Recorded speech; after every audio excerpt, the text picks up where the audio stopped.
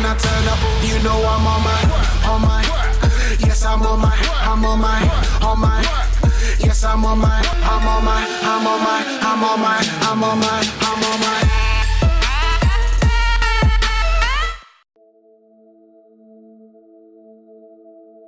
A few things. I brought a few, like this. So this is the box, right? Obviously, I wanted to show you that. Rohan's going on vacation this week. He actually suggested that it would be a good way to take a few photos. Vancouver's great, but like, I'm going to the Dominican, so it'll be like beach shots and stuff. Yeah, that's perfect. That's perfect. You guys with the line, doesn't it? Kingsley is an eyewear brand. It's a brand new brand that is bringing a quality product for an affordable price. So we're talking a full set of glasses, prescription or sunglasses, under the $300 mark. Really, the story behind the brand is born in London, raised in Vancouver, inspired by the world, which is kind of my story. I was born in London and moved to Vancouver as a kid. I've been inspired by the world in many different ways during travels. I'm trying to bring in, this kind of global aspect and a local aspect at the same time. The biggest thing for me is the social responsibility side of things. Every pair of Kingsley glasses sold is going to equal a full eye exam and a pair of glasses for somebody in the developing part of the world. And rather than just doing a one-for-one where buy one, give one, I really want to focus on the eye care side of things too, because that's my background as an optometrist. I want to make sure that these people are getting their eye health checked, make sure that their eyes are healthy, and then they get the glasses that they need on top of that.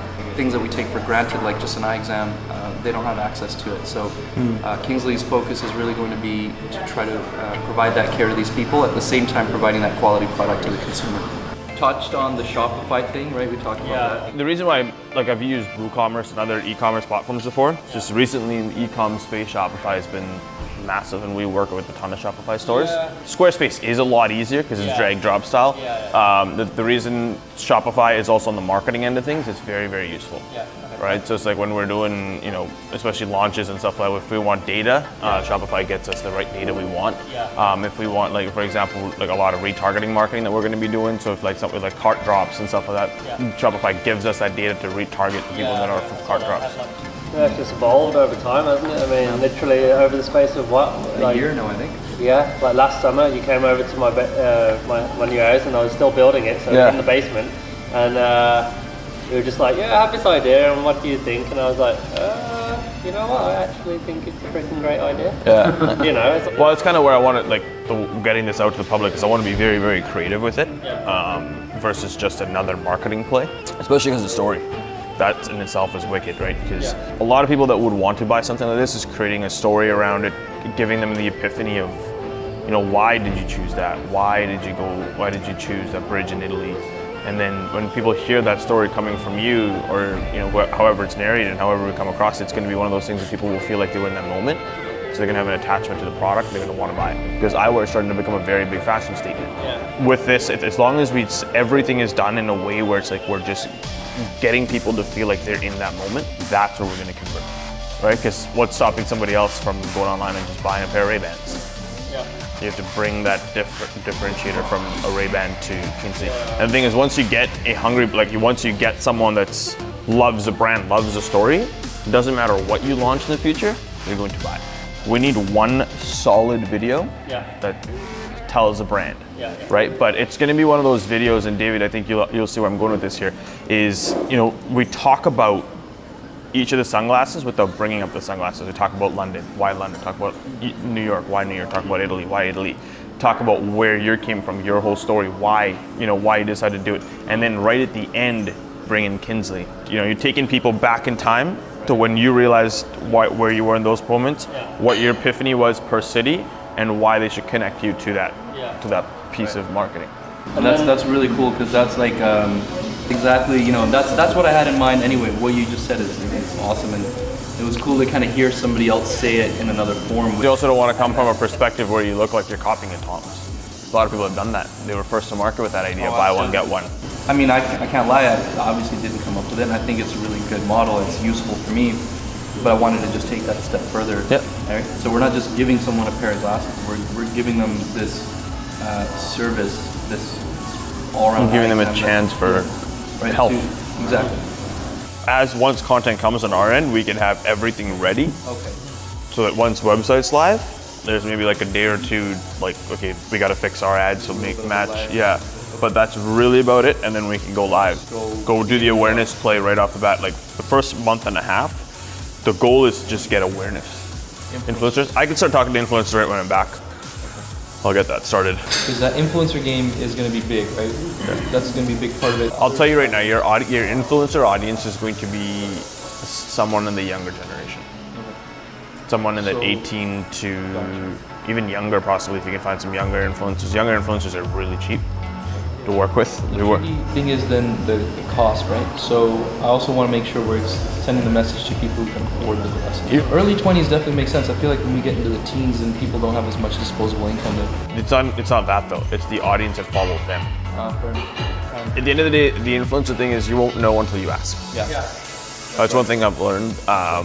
Some people will just be like, yeah, just send me a pair. Some people will be like, I want X dollars for me to promote it for a month on my social media or whatever. I've seen some of the ones I was expecting to pay them, and they're like, yeah, I'll just do it. Yeah, anytime. Appreciate it, man. Anytime. Gotta jump on a call. Okay, last few pieces of getting interviewed for the book. The book coming out about me. A book. So it's Your Success Blueprint. So it's kind of just talking about the story of what I've gone through since I was younger to where I am today, and all the blueprints that I've created subconsciously and consciously. Crush It is probably one of my favorite books of all time. Like you could, like what he teaches in there, you could still do it in today's day and age. Maybe not Twitter, but use it in Instagram. Actually, yeah, Instagram would be your best way to go about doing it. But just the context of what that book has to offer is absolutely phenomenal. And I remember reading, it's such an easy read too. Perfect.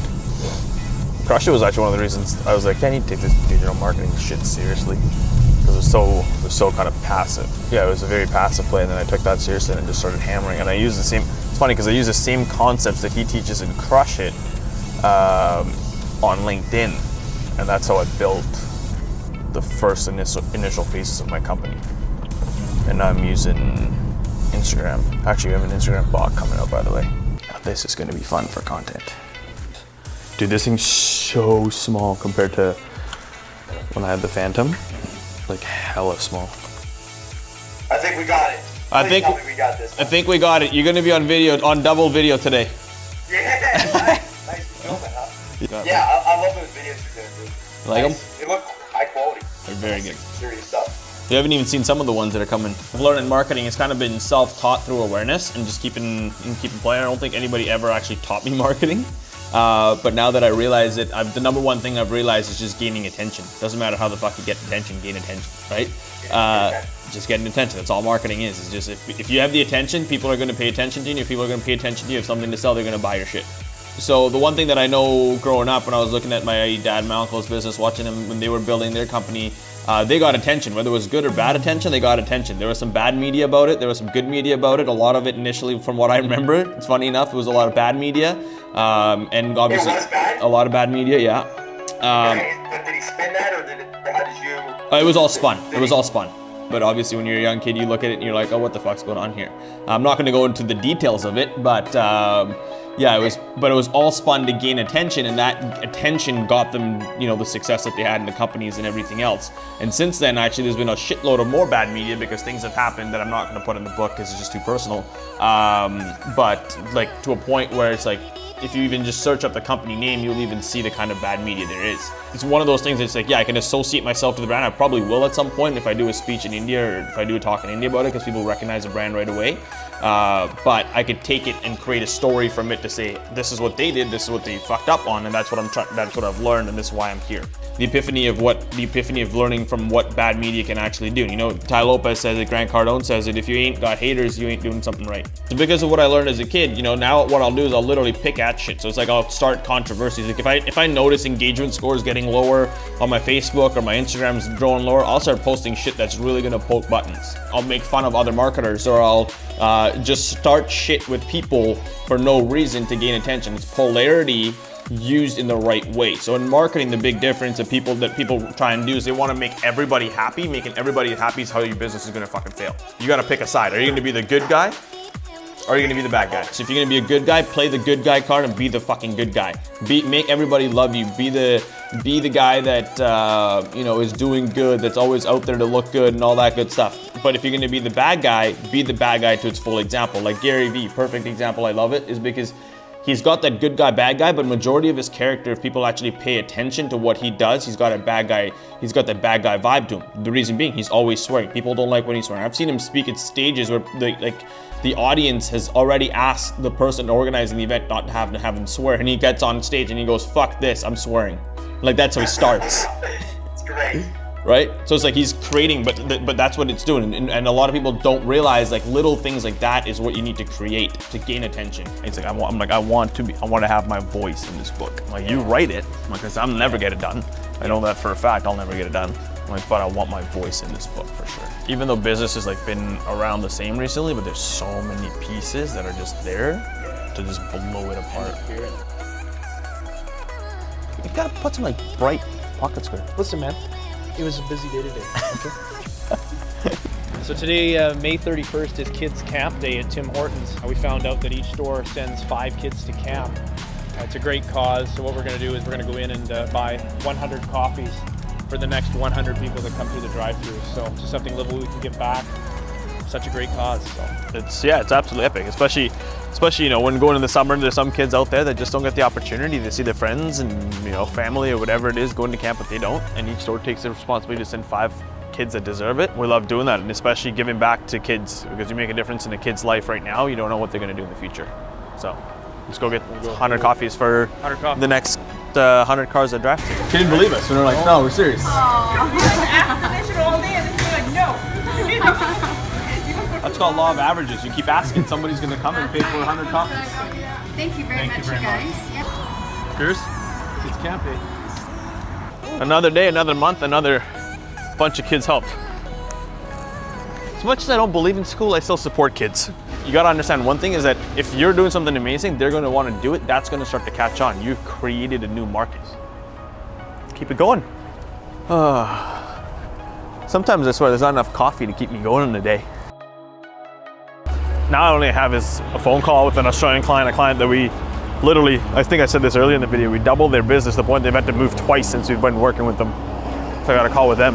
And then that's it for today. Then it's getting ready. You know, Gary Vee takes off in August for a little bit. I'm gonna take off in June. That was our day in the life of what it takes most days, meeting clients first thing in the morning, doing some calls, another lunch meeting usually, another couple calls, answering back to messages. Got some fun content, some fun people.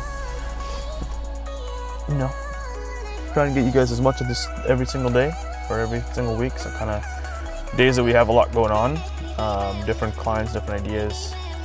It's fun, man. That's what we do. If you guys have any questions, put them below. Hit me up on Instagram. Subscribe. Follow me on Instagram. Follow me on Facebook. Keep an eye out for a lot more.